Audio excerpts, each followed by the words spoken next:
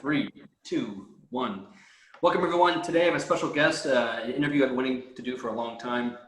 A friend of mine, Chuck McGraw, his initial career was through the Navy SEALs, and he is now in corporate America and taking a lot of those learnings from the SEALs into corporate America. So today we're going to talk about what that all means, the success mindset from his perspective and what he was trained on, and then how we can take that as non-SEAL people into our own lives. So Chuck, how you doing? Good. Thanks, Tom. I appreciate you having me on. Really look forward to the opportunity to chat with you today. So yeah, ready to get going and kick it off. Awesome. Yeah.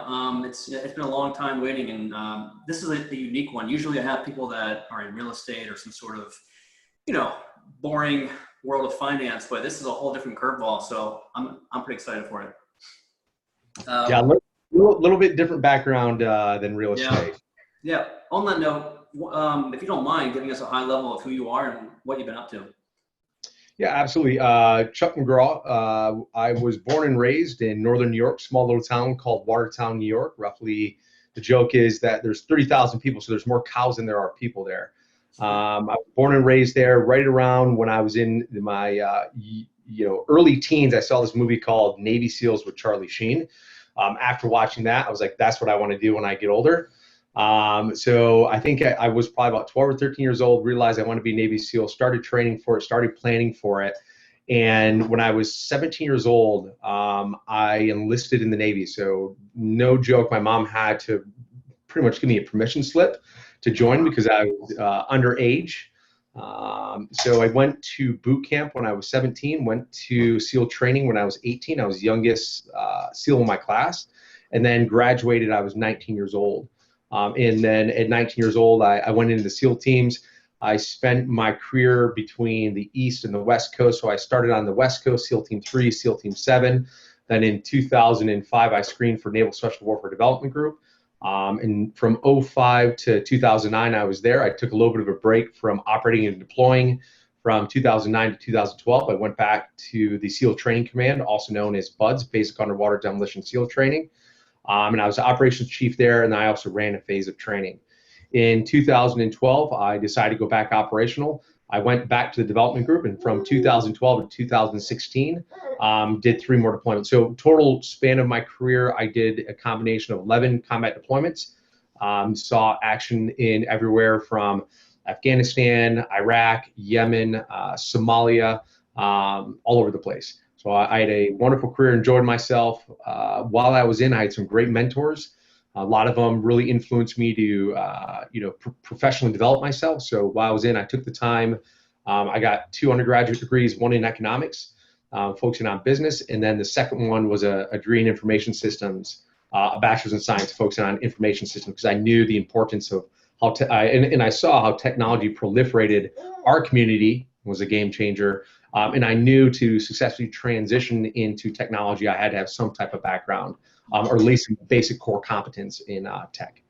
Yeah, what's interesting is I've been a handful of SEAL, and it's rare to come across one like yourself that is fairly balanced now in the corporate world, tech world, and then also in your past, right? And I think I've read some books on SEAL training, and what's been interesting to me is it's not all just about physical. There's a lot of mental training, and I think that mental training, a lot of it, we could bring to our personal lives as well as the business world. So for all those that see things on TV, let's just confirm the rumors. How hard is BUDS? How hard is the physical training? First off, it's interesting. I would say that is totally up to the individual. There's so many different variables. I mean, it's tough. Don't get me wrong. It's one of the toughest things I've ever had to do in my life. However, it prepares you to do even tougher things when you're overseas and you're in combat and you're having to deal with the stress of that. I think when I started, our BUDS class is roughly 130, or our SEAL training class was roughly 100. Our SEAL training class is roughly 130 people, and we graduated, I think it was about 45 people. So, I mean, the standard attrition is between 60 to some classes can be upwards of 80%. Oh, wow. Yeah. Now, so what are some mental trainings that they put you through beyond just the physical? Yeah, it's interesting. When I went through, it was 20 years ago, so the late 90s. There wasn't as much information out on like preparation, mindset, visualization. Over the years, we've learned to train smarter, not necessarily harder. And then how do we more effectively prepare candidates to go through training?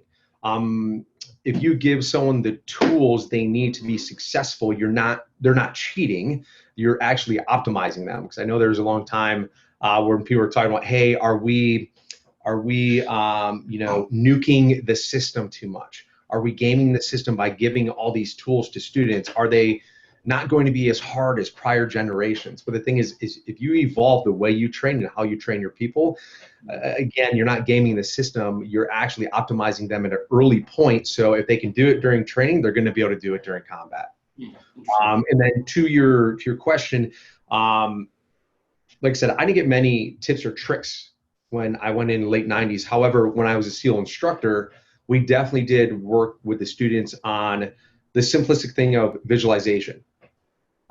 We talk about, rehearse, rehearse, rehearse. Uh, Perfect practice makes perfect. And part of that isn't only doing a task to develop your skills in a tangible way, it's also the intangible way of doing visualization. So if you think of a scenario that you have to run through and you break it down and you into all the small tasks and the subtasks, and you visualize that process that you have to go through for that task, and then you visualize a perfect outcome. And then you do that for all the tasks, and you slowly start. We call it chunking. It's a part of instructional design, and where how you learn. You chunk things together, but you do it one chunk at a time. And you slowly build on it until you hit a point of failure, and then you reset, and then you do it again until you keep going until you push beyond that point of failure to your next point of failure. Okay, now reset. So you're constantly chunking and doing things perfectly across to hit a point of failure, and then you keep on resetting and keep on going. What I've realized through visualization, when you actually do the tangible act of physically doing a task or conducting a skill, whether, in the SEAL trainings, it could be going to the range and shooting your gun. Since retiring, it could be something as simplistic as going into a sales call or a sales meeting, visualizing the entire process, going in, introductions, background, company overview, discussing the value prop, doing discovery, and then you walk through that entire process until you get it perfectly done in your head. Now that is a rehearsal, whether it was a tangible rehearsal or intangible visualization, same thing. The brain works the same way. The synapses, how they build skill. Yeah. What's fascinating. So I've been playing music for about 21, 22 years now, and at some point you become pretty advanced in your instrument, and it's sort of the same mindset where it takes me about an hour to get warmed up, and then every practice that I do, I'll get to a point of failure. And that point of failure, I'll stretch just a little bit. And every day that I stretch a little bit, the previous benchmark was a little bit further and further and further. So it seems like it's almost a common practice in what you're talking about. As you push a little bit, that becomes a new baseline. The next day you push a little bit further, that becomes a new baseline, and so forth. Is that right? Oh, 100%. It transcends, and that's the thing is like there's no secret sauce just for being a SEAL. That it's basic. It's basic stuff of building skill. There's a great book that references that whole idea of chunking, pushing to the point of failure, resetting. It's called The Talent Code, and it talks again about how how your brain works and how you actually rehearse visualizations. Or they give a great example of playing music, or they talk about sports. And to your point, you have to push yourself, but I think what is key is to push yourself to failure. Yeah. The other thing we've learned throughout the existence of the teams and how we train and how we optimize is we also we learn how to exercise contingencies. So it's one thing to think of the perfect process and the perfect execution and the optimal outcome, but what about all the decision points or all the potential contingencies you may have to deal with throughout the process? Yeah. And then when you encounter one of those contingencies, what are your top 3 things you're going to do? Like, keep it simple. Keep it list of 3. Okay, we hit a certain, we're going to target, and we have to go get a bad guy, and we have our path that we're making movement and infilling on. Well, perfect world, helicopter drops you off, you march in, you get the bad guy, you march out, get on the helicopter and go home. But maybe on infill, you have someone in your, in your line of march. It might not be a hostile. It might be just an unknown. Maybe somebody is in the way. So, okay, what are the contingencies? How are we going to go ahead and how are we going to react? Are we going to detain them? Are we going to skirt around them? Are we going to sit and wait until they've moved on? Yeah. So you think about three potential scenarios that could happen in that contingency.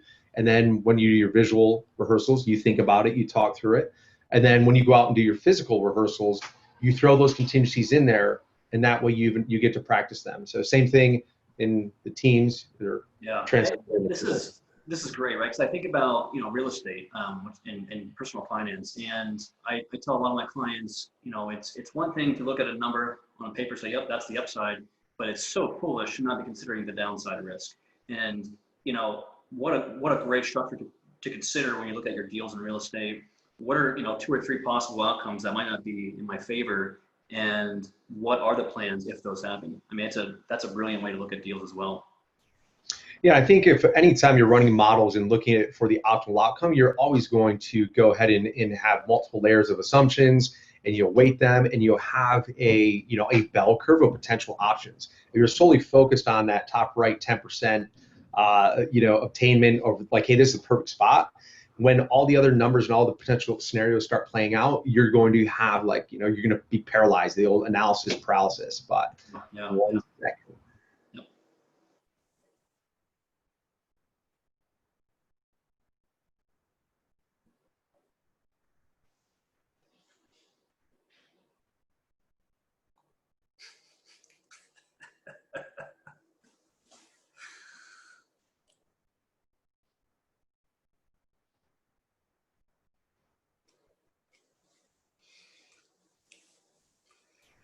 yeah. She's also like 7 months pregnant, so that makes it a little harder for her too.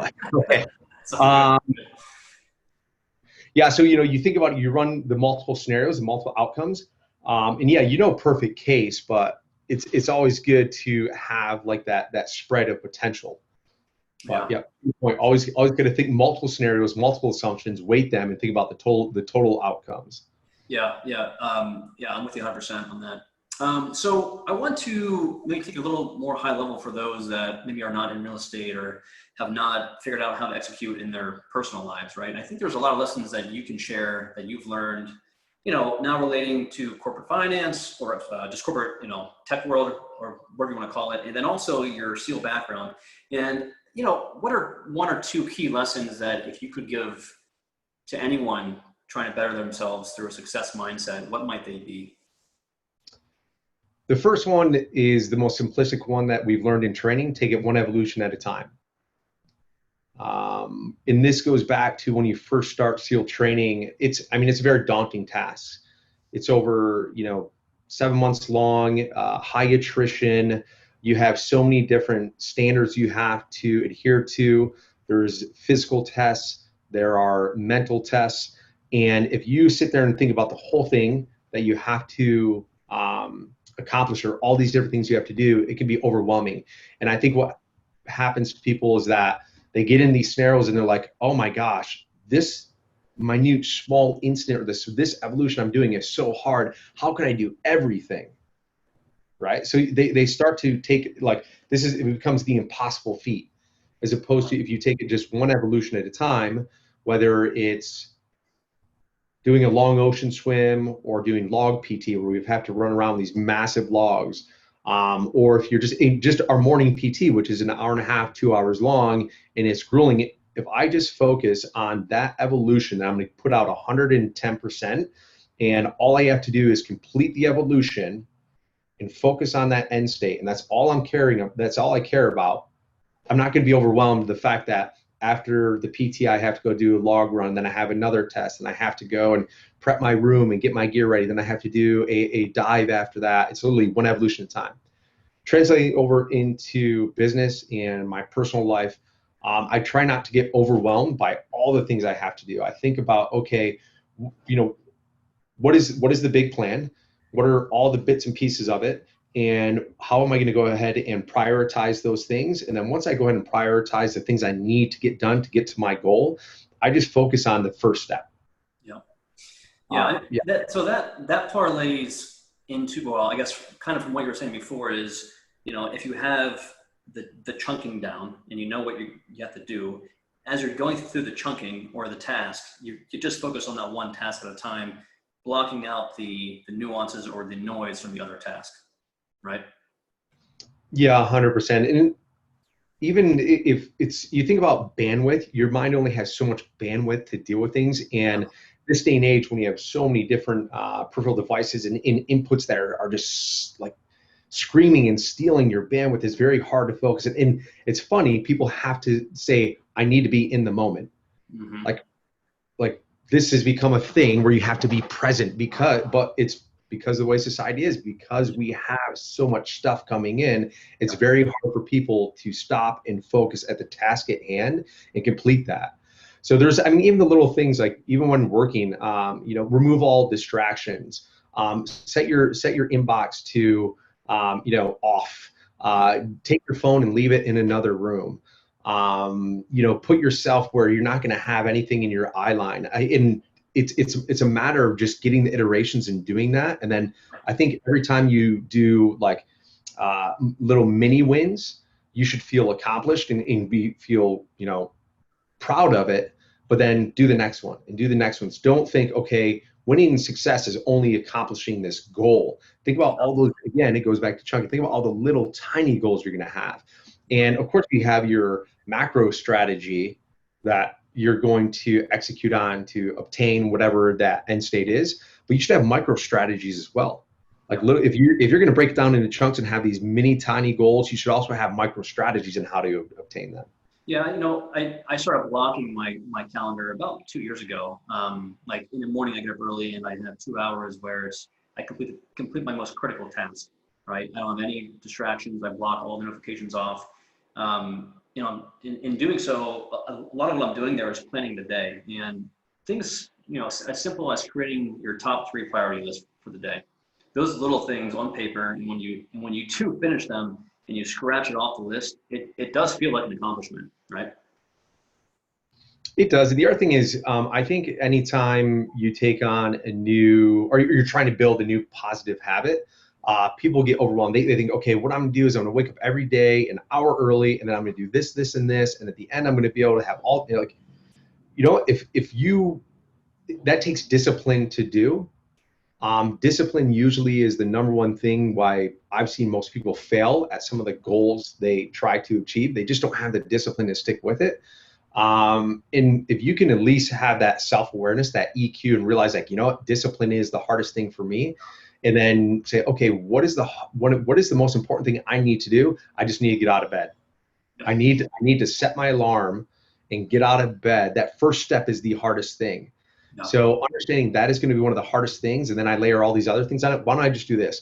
For 2 weeks, all I'm going to do is wake up 30 minutes early. I'm not going to do anything else. I'm not going to wake up 30 minutes early and read this and do all these things. I'm literally just going to wake up 30 minutes early and do nothing. Yep. That is the hardest. But once you get that and you get into that habit, the rest will come easier. So again, you take that simplistic thing of like waking up 30 minutes early and doing all these other things, like boil down one task and just wake up 30 minutes early.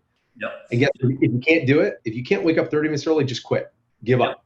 I hear you. I mean, I used to, I had a whole plan that, it was daunting. And I think one of my weaknesses is my discipline to execute on certain goals like that if they're too big. So, that worked for me. I've done that. And, for example, I go to the pool in the mornings, and I don't know many people that want to get up in the morning out of bed, their warm bed, jump in a cold pool and swim for 30 minutes, So now, like, I've done it from a standpoint of holding myself accountable, like, versus more being disciplined. It's just, I'm accountable to myself to do this, right? So. The other interesting thing, we talk about like different tips, and one of them we talk about visualization. We're talking about chunking, setting boil down the hardest thing that it is for you. Maybe waking up is the easiest thing for you to do. So maybe that's not what you need to do.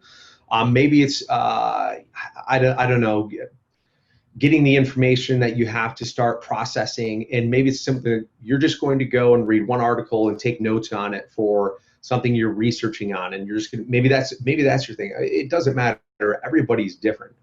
But yeah, to your point, it's just make it a simple task. Yep. Work on that. If you can't do that, then yeah, maybe that isn't the goal you need to be trying for. Agreed. Cool. So let's hit on one last topic, and then I'll wrap up the interview here. But so again, you have an interesting journey, right, in the SEALs as a career, transitioning into tech in a high-paced environment. And I guess what has been the hardest thing for you in that journey? And again, is there anything that you could give as advice for those that are maybe going through the same process in some other fashion? Yeah, let me think about that one.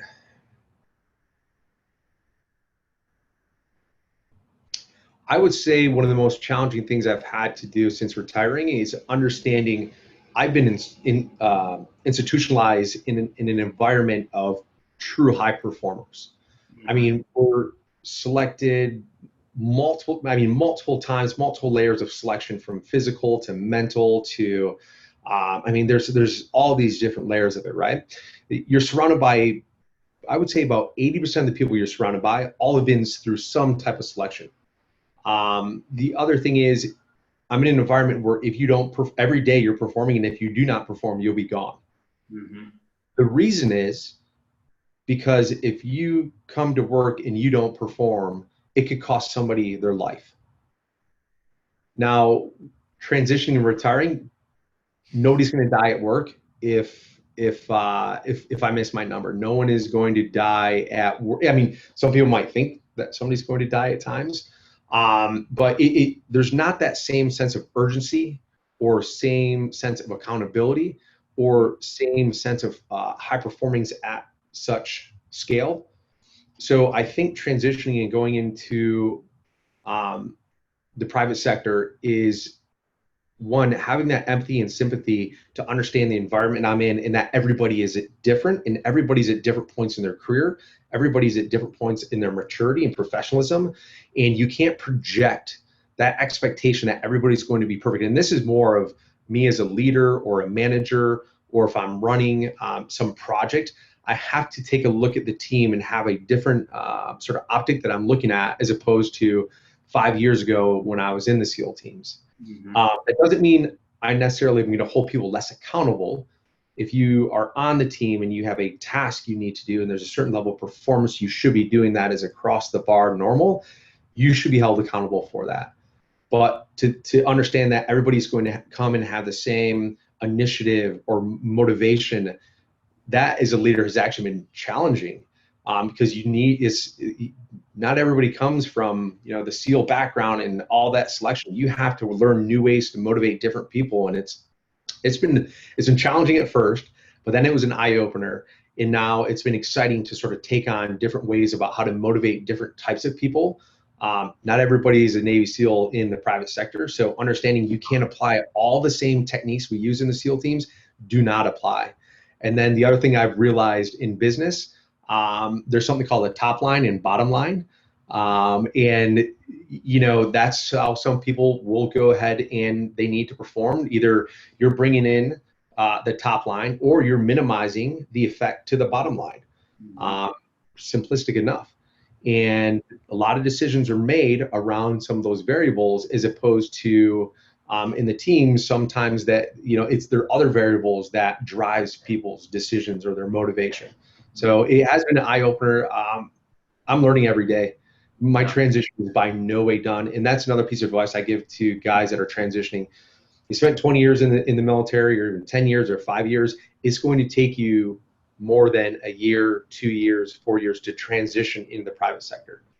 I would also say, you have to transition into new professional setting, but you also have to transition, if you have it, your family from one sort of organization or culture to another one. And then you have to transition yourself personally and mentally from one culture or organization into another. Right. And yeah, that is, I think a lot of times guys are, or veterans are, stressed out by that because they focus so much on their professional transition, they forget about their personal or their family. And the other thing that I think has been a huge eye opener is, you spend 20 years, 25 years, 30 years, whatever your period of time in the military is, and you get out and you think you're going to be And this may be a bit, people may debate me on this one, but if you spent 20, 25, 30 years, you're not going to necessarily get out and go be the VP of some, multi-billion-dollar tech company without ever working in that industry. And people are like, oh, that's not true. You have leadership experience, mentorship experience. You understand budgeting and forecasting to a point. I said, that is correct. I do agree. You do have the skills and the knowledge, but you may not have the cycles. Tom, you could be the best in the world at leading people. You could be the best in the world at understanding military doctrine. You could be in great physical shape. You could have this incredible core competence on shooting guns and jumping on airplanes and diving before you ever join the military. I mean, you'd be a top runner. You could go to SEAL training. When you're a new guy in a SEAL platoon, I guarantee you're not going to raise your hand and say, listen, I have all this experience that I gained on the outside. I just showed up. I'm a new guy. And you're right. You have the knowledge. You have the skills to pay the bills. No. And you're going to sit there like, I should be running this platoon, or I should be running this SEAL command. People are going to look at you and say, yeah, one day, but you've not even done one deployment. Yeah. So, yeah. Interesting. A lot of real estate investors that I work with, they started with a W-2 job and made some investments, and then they essentially quit and got into being their own entrepreneur. And I've seen that be a big struggle for them as well, because that's a whole new life of 100% self-discipline, accountability, execution. And that's a tough one too, I've seen from people. And so I think my point is, no matter what you're doing, if you're shifting your life in some major paradigm way, you have to go through that process of learning the ropes. So yeah. Yeah. Well, the other interesting one I found, I think at times when it takes time. One, it's a grind. Just because you're retired and you're done with the military, it's not all of a sudden you're entitled to easy street. The same amount of hard work I've had to do in the SEAL teams to get where I was, I now am applying that same type of work and work ethic and grind and grit to a new career. I also have learned that I'm not going to jump out and become the VP of some high level part of a multi-billion-dollar organization. So again, it takes time. You have to run your cycles to get there, but also you need to have patience to get to that number, to get to that top place. Nothing happens overnight.